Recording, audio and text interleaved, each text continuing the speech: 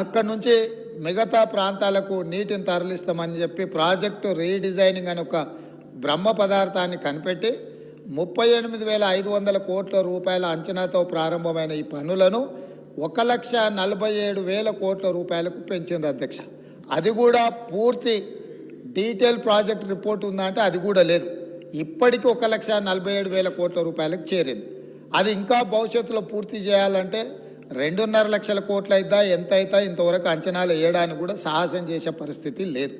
సరే, అంచనాలు ఎట్లా పెంచిండ్రు, ప్రాజెక్టు రీడిజైనింగ్ ఎట్లా చేసిండ్రు, సాంకేతిక పరమైన అంశాలేంది, సాంకేతిక నిపుణులు ఇచ్చిన ప్రాజెక్టు డిజైన్ ఏంది, దాని తర్వాత జరిగిన నిర్మాణం ఏంది, నిర్మాణం తర్వాత జరిగిన నిర్వహణ ఏంది, ఇవన్నీ ఒక్కెత్తైతే ఈరోజు మేడిగడ్డ బ్యారేజ్ అనేది కుంగిపోయింది అధ్యక్ష.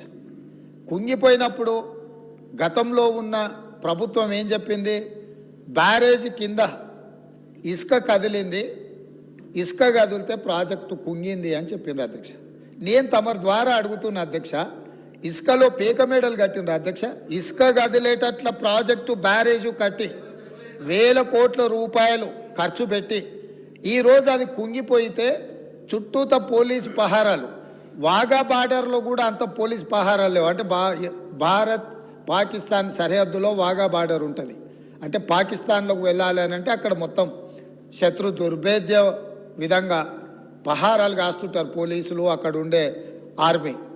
అంతకంటే ఈ మేడిగడ్డ ప్రాంతంలో పిట్ట కూడా ఎగరడానికి వీలు లేకుండా ఆనాటి ప్రభుత్వం ఆ కుంగిన బ్యారేజ్ను ఎవరిని చూడకుండా దాన్ని దాచిపెట్టినరు.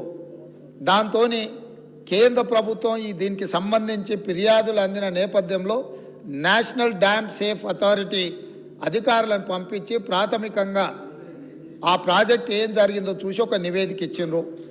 ఆ కేంద్ర ప్రభుత్వం నుంచి ఇచ్చిన సాంకేతిక నిపుణులు ఇచ్చిన నివేదికను కూడా గత ప్రభుత్వం తప్పుపట్టింది. ఆ తర్వాత కాంగ్రెస్ అధికారంలోకి వచ్చిన తర్వాత అక్కడ జరుగుతున్న పరిణామాల నేపథ్యంలో కొంతమంది అధికారులు ఆఫీసుల నుంచి ఫైల్స్ మాయం చేసిందని టీవీలలో పేపర్లలో పెద్ద ఎత్తున వచ్చింది. తక్షణమే ప్రభుత్వం తేరుకొని విజిలెన్స్ అండ్ ఎన్ఫోర్స్మెంట్ అధికారులను మీరు ఆ ఫైళ్ళు మాయమవిన ఏమి మాయమైనాయి, ఎవరు మాయం చేసిండ్రు, అదేవిధంగా మేడిగడ్డ అన్నారం ప్రాజెక్టులలో జరిగిన అవకతవకల మీద మీరు ఒక నివేదిక తయారు చేయండి అని చెప్పి ప్రభుత్వం ఆదేశాలు ఇవ్వడం జరిగింది. సాగునీటి పారుదల శాఖ మంత్రి ఉత్తమ్ కుమార్ రెడ్డి గారు సూచన మేరకు ఈ ఆదేశాలు ఇచ్చినాం.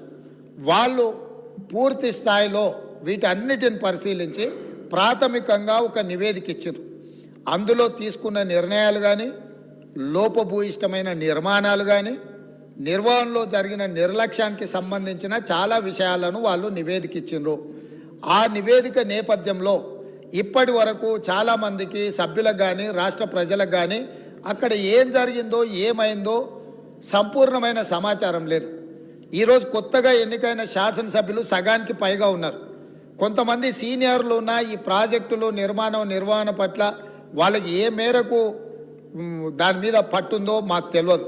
అందుకే మేము ఒక మంచి ఆలోచన చేసి ఉప ముఖ్యమంత్రి గారు ఆ మంత్రిని శాసనసభ నియోజకవర్గం నుంచి ఎమ్మెల్యేగా ఎన్నికై ఈరోజు మంత్రిగా IT and industries legislative affairs మినిస్టర్గా ఉన్న దుద్దిల్ల శ్రీధర్ బాబు గారు మనల్ని అందరినీ అక్కడికి రాండి, మీరందరూ చూడండి, అక్కడ ఏం జరిగిందో తెలుసుకోవాల్సిన బాధ్యత ప్రతి శాసనసభ్యుడు శాసన మండలి సభ్యుల మీద ఉన్నది. రేపు ఈ సభలో జరగబోయే చర్చలో కల్లారా చూసి ఇచ్చిన నివేదికల మీద మనం చర్చ చేపట్టాలి అని చెప్పి వారు సూచన చేసిండ్రు. ఈరోజు మంత్రి గారు కూడా నిన్న అంతకంటే ముందు మొన్న ఇదే సభలో మంత్రి గారు కూడా అధికారికంగా లేఖలు రాసిండ్రు. ఇంక్లూడింగ్ ప్రధాన ప్రతిపక్ష నాయకుడు కల్వకుంట్ల చంద్రశేఖరరావు గారికి, అదేవిధంగా భారతీయ జనతా పార్టీకి, ఎంఐఎంకు, సిపిఐ సభాపక్షాలకు అందరికీ కూడా ఉత్తమ్ కుమార్ రెడ్డి గారు లేఖ రాసి ఈరోజు 10 గంటలకు సభా సమావేశాన్ని ఏర్పాటు చేసుకొని దీని మీద ఆహ్వానం పలికి ఆ తర్వాత మనము అక్కడ